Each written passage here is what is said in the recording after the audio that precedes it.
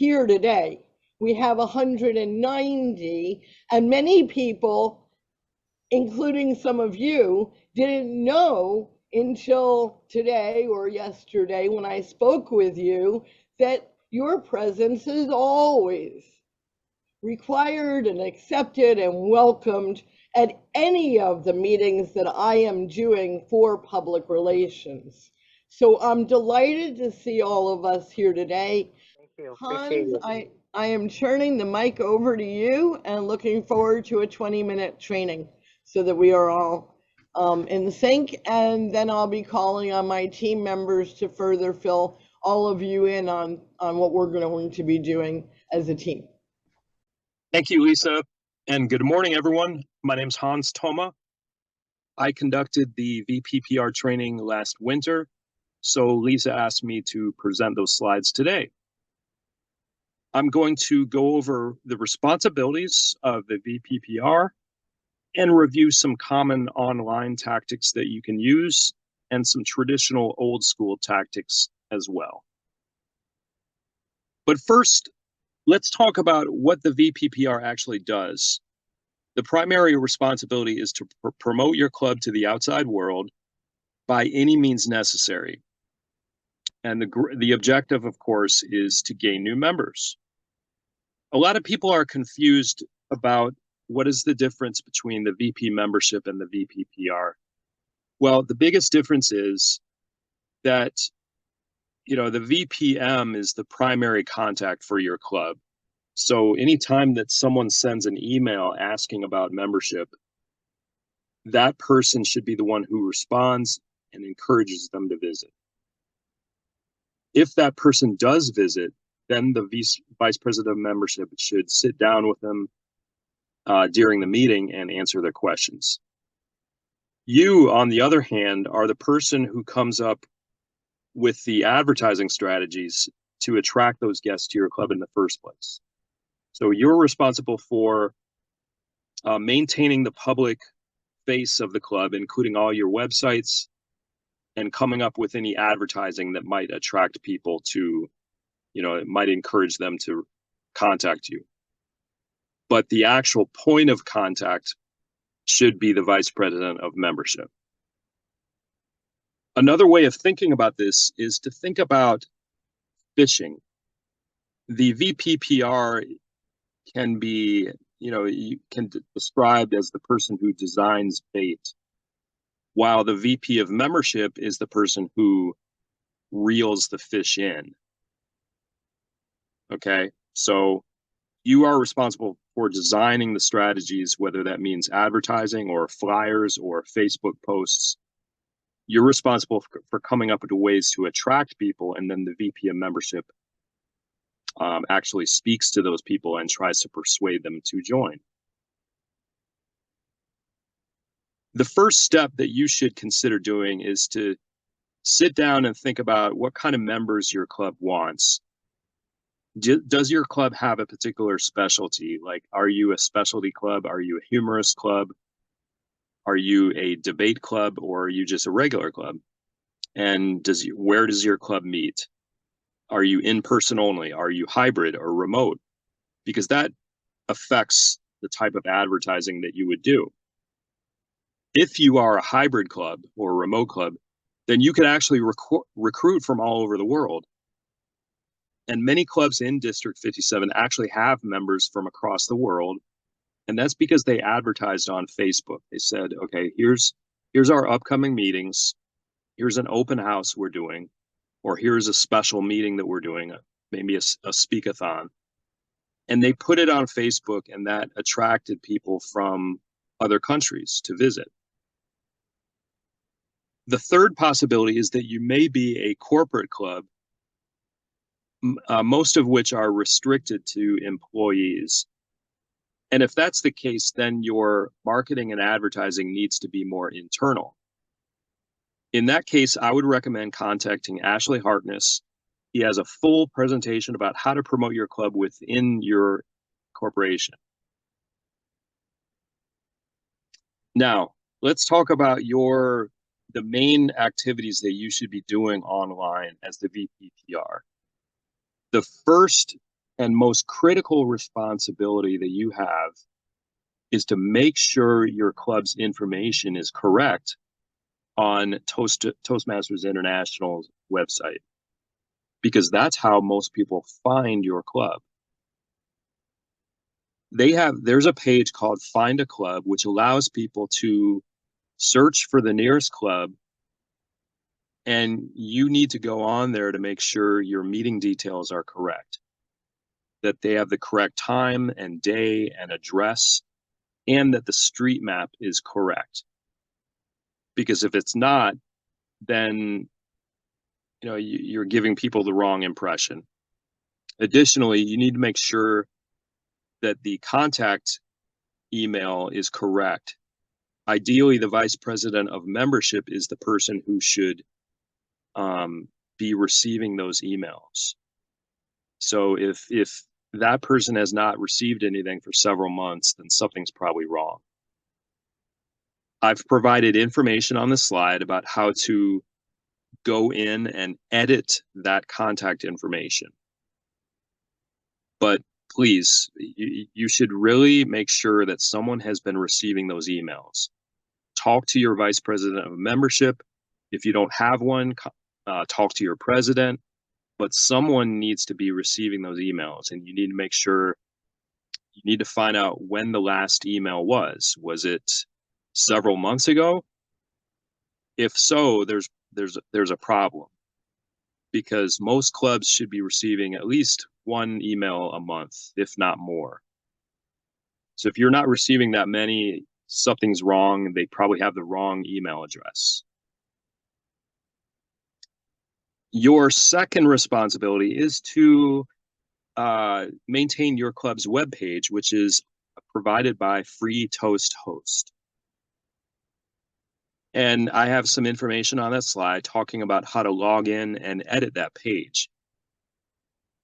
I would recommend keeping it up to date, because the public needs to see that your club is active. They need to see that, there's some recent information on there, because otherwise they might assume that you are not actually open. Now, another thing that you can do that's very helpful is to improve your Google search rank, because you are competing with other Toastmasters clubs, and someone might find your club by simply searching the name of your city. You just need to make sure that your search rank is high. So I've provided information on the slide that helps you do that. I would also recommend creating a Google business profile, an example of which is shown on the right side of this slide. That's a profile that I created for my club, and it helps you stand out in a Google search. It helps you look more professional. It's the same type of profile that a business would use. In fact, anytime that you do a Google search for a restaurant that you're interested in, they will have a profile like this. But someone has to build that profile, and that should be you. So these next few slides talk about how to do it. It's not very difficult, and we will be sending you these slides after this meeting today. Let's now talk about social media. There's many different social media platforms you can use. Some clubs prefer Facebook, but no matter which one you use, the principles are the same. Keep it current. Put regular posts on there, otherwise people might assume that your club has shut down. Add pictures, even videos, if possible. And I would really recommend posting about something your members have done. For example, talk about an interesting speech that they did, or talk about a Pathways Award that they recently won, because that tells the public that you celebrate achievements, and that your members actually experience growth. Facebook. If you do not already have a Facebook page for your club, It's totally optional, but if you want one, you will need to have a personal page already. That's because you need to be an existing Facebook member before creating a club page or business page. Once you've created that page, start adding pics, start liking other Toastmasters. That way you become more visible. And the last bullet point says that you can advertise on Facebook, but that does typically cost money. So most clubs do not actually bother doing that. Instagram. I'm not a big fan of Instagram for Toastmasters because most people use Instagram just for goofing off. And they use it for their hobbies or just their, just to goof off. They're not using it to find a local organization or restaurant or anything like that. But if you want to, it's free. So, there's some information there about it. Okay, LinkedIn. LinkedIn is another site that usually is not a good use of time for a club. And that's because most people use LinkedIn to find jobs or to conduct research on big corporations and big employers. They're not going to use it to find a local restaurant or barber shop. So I don't think it's worth your time, but if you want to, go ahead. My club has had a page on there for 10 years and it's only generated a couple leads. In fact, it doesn't even appear in a Google search. So I think it's a waste of time personally.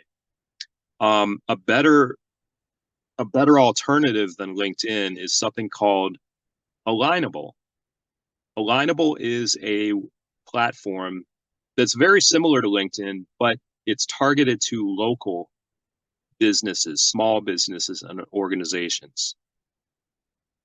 I have a page on Alignable for my club, and it actually gets views, unlike my LinkedIn page. So go ahead and check it out if you have time, but it's definitely not one of the most critical things you could do.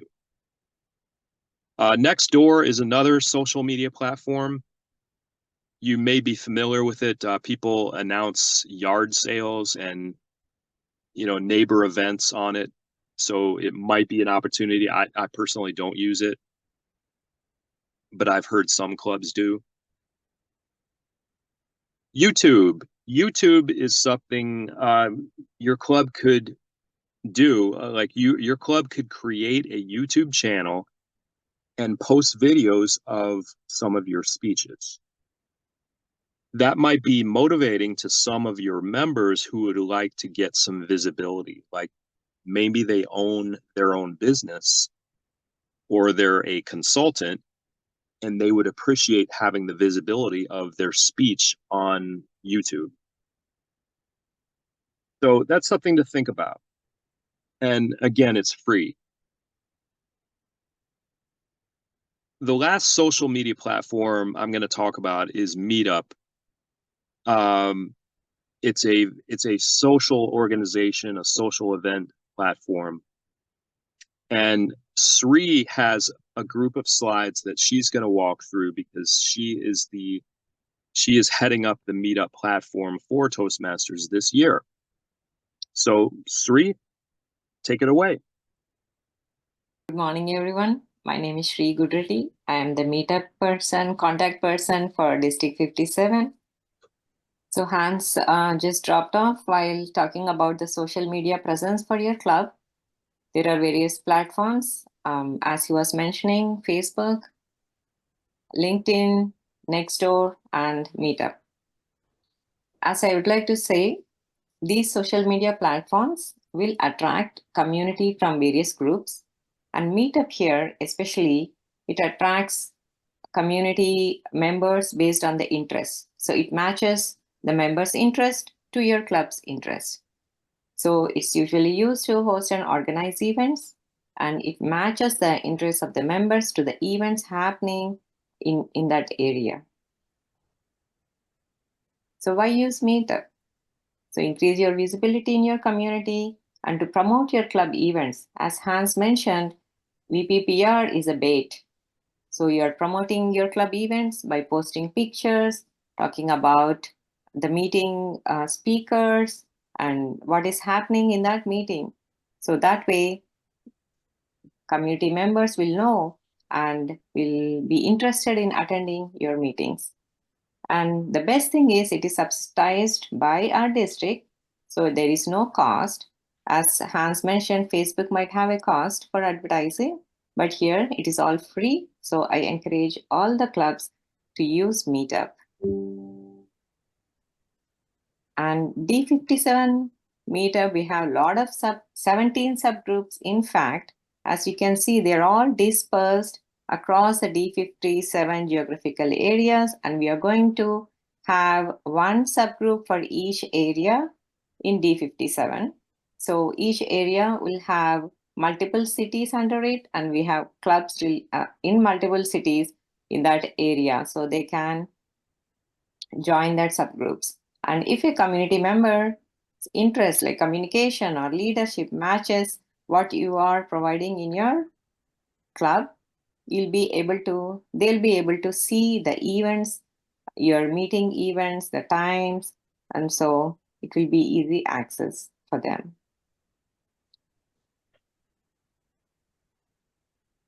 So these are the subgroups. As you can see, each group, there are multiple cities that fall under each group. And your club, based on the location, either it is virtual or in person, can join that subgroup. So right now, D57 interest, these are the keywords that D57 has put in as their Toastmasters interest. If your club is specialized in storytelling, or if it is focused on humorous speeches, you can add in those interests specific to your club, so that when Meetup matches and feeds the events happening in that location, based on the interest, your event will show up in the members' Meetup page.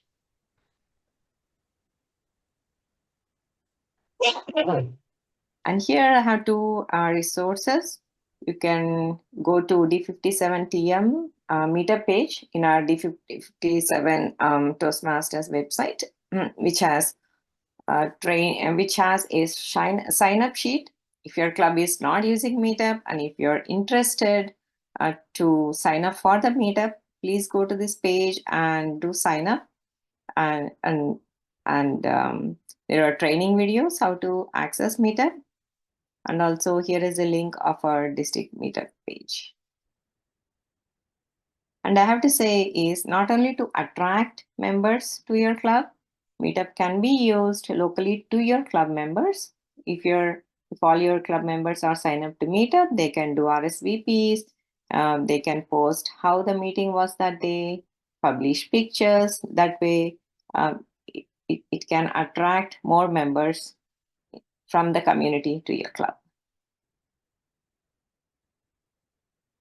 So here I'm not showing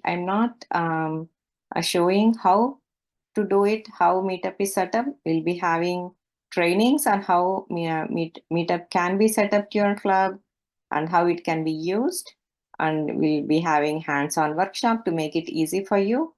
So please sign up. The first thing for you to go to this page in our district website and sign up so that we know that your club is interested in having Meetup, and then we'll provide trainings and workshops accordingly.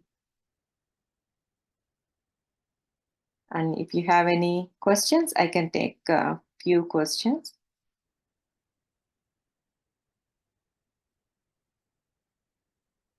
There were a few comments in the chat, Shri, if you want to quickly review those. Okay. It might be that prior to doing a training, we really need to have a focus group and figure out what people like and don't like about Meetup, why they, what attracted them, what benefits they had, and what problems they had. Craig said that it has been improved on. So it's, you know, there may be ways of having a firewall and not ending up with trolls. I think it's important that the district come to a decision, because it's such an expensive offering that the district is giving every club a free Meetup account, that if it's going to be utilized, we want to have each club utilize it. If it's not going to be utilized because of a number of problems, we want to discontinue it so that the district is not paying unnecessarily for something that members don't want. I don't personally know enough about it to know whether it's something we want or we don't want, but it seems from the comments in the chat that we need to have a meeting about it so that we can fully discuss all of the different ideas and viewpoints and perspectives, and come up with determining whether it's something we want to keep or not keep. And if we do want to keep it, we want to make sure every club is participating. So we will be sending out a follow-up for this and determining when we can have the first of several meetings about doing meetups. Any other questions for Shri? Hi, this is Shaila. I didn't get a chance to introduce, but I'm here with my teammate, Champion Greatness. So about the meetup, how often do they meet, and is it online? Because I have no idea. Meetup is where you post about your club meetings. Okay. So that will be published in the page. So anyone who is interested in communications or leadership in your area can find that a meeting is happening in your club, and they will message you that I'm interested, or they can RSVP that I'll be coming to your club. Once they do a message, then you can ask for their email and forward it to your VP membership, and he is the or she is the one who will send information packet about your club to the guests. So that is the process. Got it. Okay, thank you, Shri. Thank you. Is it possible to do comprehensive training on it? It may be that it's a user issue because it was given without a comprehensive. We're all used to Zoom and other platforms, and this one, I find it extremely tedious to get into and to navigate, but it may be a user problem. So we need training. Yes, of course. We'll be providing training moving on.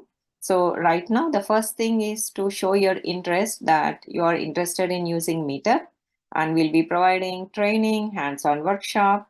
And the basic thing you have to do is to upload your, update the calendar monthly with your club meetings. And if you want to go still ahead, you have to step up your game. You can post in your pictures and about every meeting. So you can do basic, or you can do more through Meetup.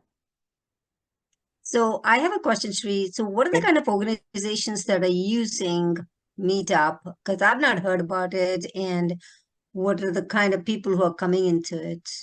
It's a community social media channel. Anyone can start a group based on your interest. If I'm interested in painting, I can start a group in painting, and it will be advertised to all the members in the community who have who share same interest, and they gather together either in virtual meetings or in-person meetings and do that activity. So for us in Toastmasters, the focus is communications, improving our improving our communication skills. And if you have a fear of communication, anxiety, that would be my interest that I put in, improve my leadership, my impromptu speaking skills, and Meetup will match my interests to the events happening. So definitely all the clubs, if they are in the Meetup, I, as a Meetup member, in my page, I will see all the Toastmaster club meetings happening in my area. So that way I know that I can attend any of these. It's just like reaching out to the public with who has interest in communications and leadership. Got it. Thank you so much. So a number of our key players, thank you, Shri. That was really helpful. Thank you so much. A number of our key team members are unfortunately not here, but I want to mention who they are. Lee Vaughn is going to be doing our newsletter, and there'll be a monthly newsletter, and he's looking for input. And to that extent, one of the slides that we didn't get to cover today talked about the need for newsletters at a club level. So we will also be having trainings to do that. And that's a really important way to do what Hans was suggesting in recognizing members and then sharing that with the district so that the district can also spotlight those members. And to that extent as well, having them spotlighted on the podcast. I have a comment for the chat, and Okay. you may or may not have seen it, but what Sri's talking about with Meetup or any public point, we don't make our email addresses or our phone numbers available immediately publicly. What we do is we use the predefined officer roles like VPPR dash. My club happens to use Lake Toast at toastmastersclubs.org, which is the pre-assigned. And when I'm assigned as an officer in FreeToastHost, that automatically goes to my email, and it's got some spam filters in it. But even then, I can see spam coming in. And we ask members to do that, or they can go to my Google Voice number, which is separate from the phone number I use on my regular phone. And that's free, by the way, a Google Voice number. And that allows me to manage that. And then if that person is verified as a legitimate person who's interested in being a guest and visiting our club, whether it's in person or via Zoom, because we're hybrid, either myself or the VP of membership, Johannes, who's now going to become our VP of Ed, is able to look at that and stop the spam. And then in addition to that, yes, I saw somebody say, grab the host role, and if you get a Zoom bomber in, you can bounce them out before they even start. If you get somebody who shows up and it's evident that they're likely a Zoom bomber and not a guest that you didn't know was going to attend, you can take them out of there, or you could push them into a waiting room and then wait until they try to reach you as the host to explain who they are. You can also set up by default so that new members or guests go into the waiting room, but that's a little more work because you have to restructure the Zoom meeting so that you've got a list of okayed attendees, or else you're going to be sitting there letting each person and approving each person who enters through the waiting room. Thank you, John. I think that we can continue with some of these strategies when we actually have our meetup meetings. Yeah, sorry for the long-winded. Okay, now that we've finished talking about online marketing tactics, let's talk about traditional old school marketing tactics, things that your club can do offline. One option is to advertise in local publications. Every city in the Bay Area has at least one or two small newspapers or magazines that you could take advantage of. And they usually provide free advertising to nonprofits. They might even allow you to write a short article. So think about that. Another thing that you can do is to take advantage of in-person networking events. I would recommend reaching out to your Chamber of Commerce in your town and ask them if they have a calendar of events, because typically the Chamber of Commerce has networking events every month that allow business owners to meet each other and socialize. And even though you might not be a business owner yourself, there's nothing against you attending that event and striking up some conversations. You could also bring business cards for your club, an example of which is shown here. This is a card that I created for my club a few years ago. And you can easily do that at Office Depot or Staples. And there's a couple online sites, including Vistaprint, where you can do that. It's not very expensive, like $20 or $30 for a pack. Once you have these printed out, you know, these cards created, give them to all your members. Don't just hoard them yourself. Give them to all your members and encourage them to pass them to friends. Okay? Flyers. Flyers is something that, you know, that's very old school, but it works. I've gotten a lot of leads just from one flyer posted in my local library. A library is an excellent place to post a flyer because they typically have a large bulletin board with a lot of flyers. Pete's Coffee is another opportunity because Pete's often has bulletin boards. Starbucks does not. If you create a flyer, my biggest recommendation for you is to use very large font, and do not just use a white piece of paper, because then you'd be competing with a bunch of other white pieces of paper and no one would see your flyer. Okay, you would just be lost in a sea of other flyers. So get a template like the one on the left, get a template like that and use it, that has a lot of color and that stands out. When you're designing any kind of advertising or flyer, you want to try to avoid coming across like just another Toastmasters club. In fact, please do not put the name of your club in the first sentence, because no one cares. In fact, no one cares about Toastmasters. They only care about themselves. They care about self-improvement. So you need to speak to what's in it for them. How are you going to attract their attention? The first sentence on your flyer should say something about, you know, a common problem that the average person faces, like they're bad at public speaking, or they want to get promoted at work, and you are going to help them do that. Okay, and here's how. You know, come to our club, check out what it's all about, et cetera, et cetera. So an example is shown at the bottom of the slide. Okay, you know, from Scared Stiff to TED Talk Ready in just 1 hour a week. Join us Monday nights from 6 to 7 in downtown Pleasanton. That's something you could do. All right. Please don't just put the name of your club and the meeting time, and no one's going to care. Brochures. Did you know that Toastmasters can give you a pack of 50 to 100 professional glossy brochures for free? And they call it a starter pack.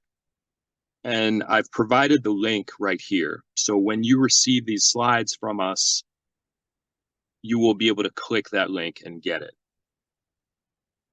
Okay, but I recommend giving one of those brochures to each person who visits your club.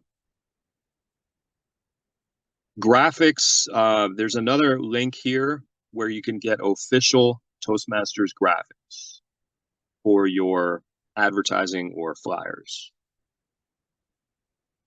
In conclusion, as the VPPR, you can really make an impact while broadening your own personal marketing skills as well.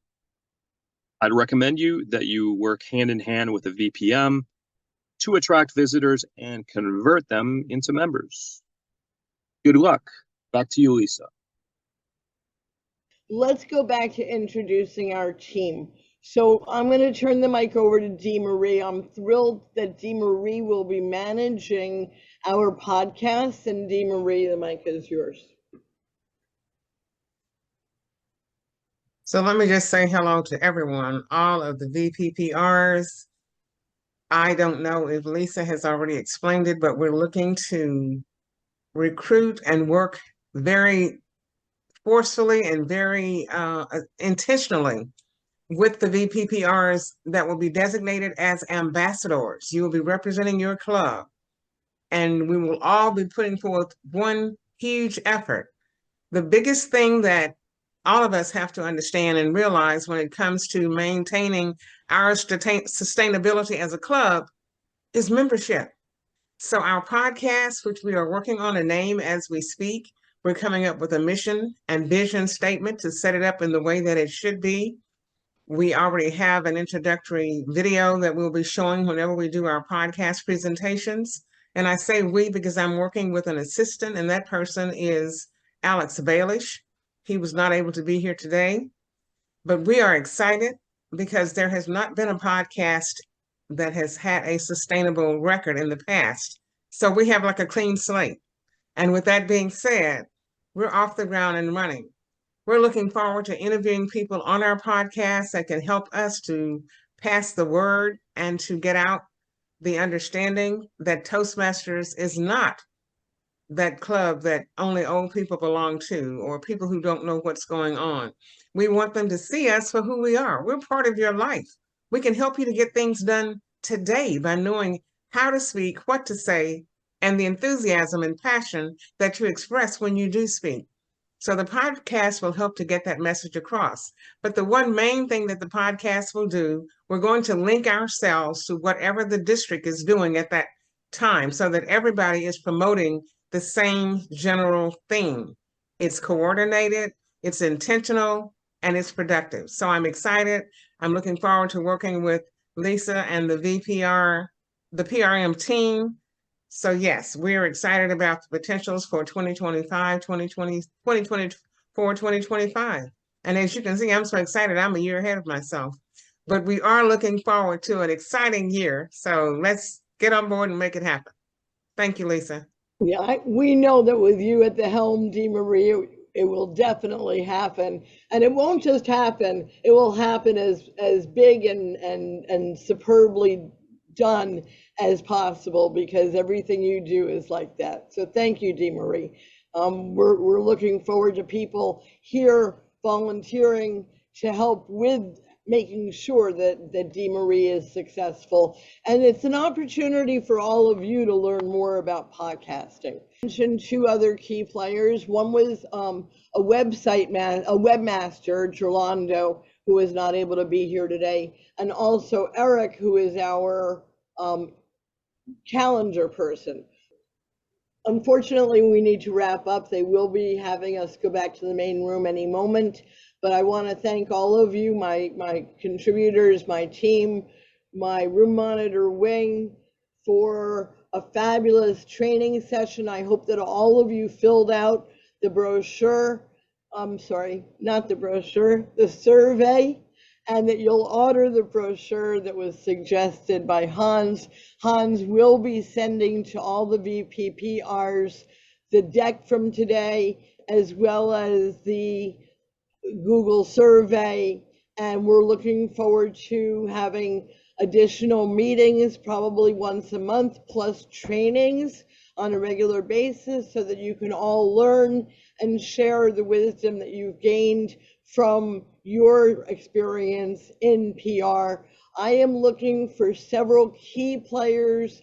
Please reach out to me. I will put my email contact into the chat when we return to the main room. Please look for it and get in touch with me so that you can be the best ambassador for your club as the VPPR that you are. And thank you all so much for attending today. Wing, did you have a last comment that you'd like to make? Thank you. This is just the beginning of your VPPR journey, or if you're just listening in, thank you for your interest of the role of VPPR. And if you have any questions, go reach out to Lisa. There will be eventually an email that's a district email, but I'm sure that she'll be handing out the email as well. If you sign in, I hope that you're signing in and also putting in your information in the VPPR skills survey. We look forward to having your input so that we can figure out how best to serve you at VPPR and also help the district at large, because it's the strength of all of us who are really brand ambassadors of Toastmasters International. And it's even more important, especially now being the 100th year, the centennial of Toastmasters, there's no better opportunity to advertise, but also to let people know that we are still relevant to the, I guess, human civilization.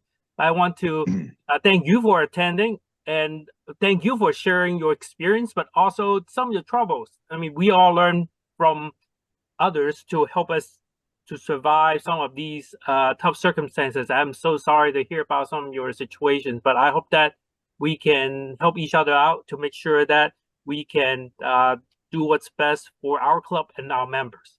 Thank you. And I guess we'll be automatically kicked out. So thank you very much. Appreciate it.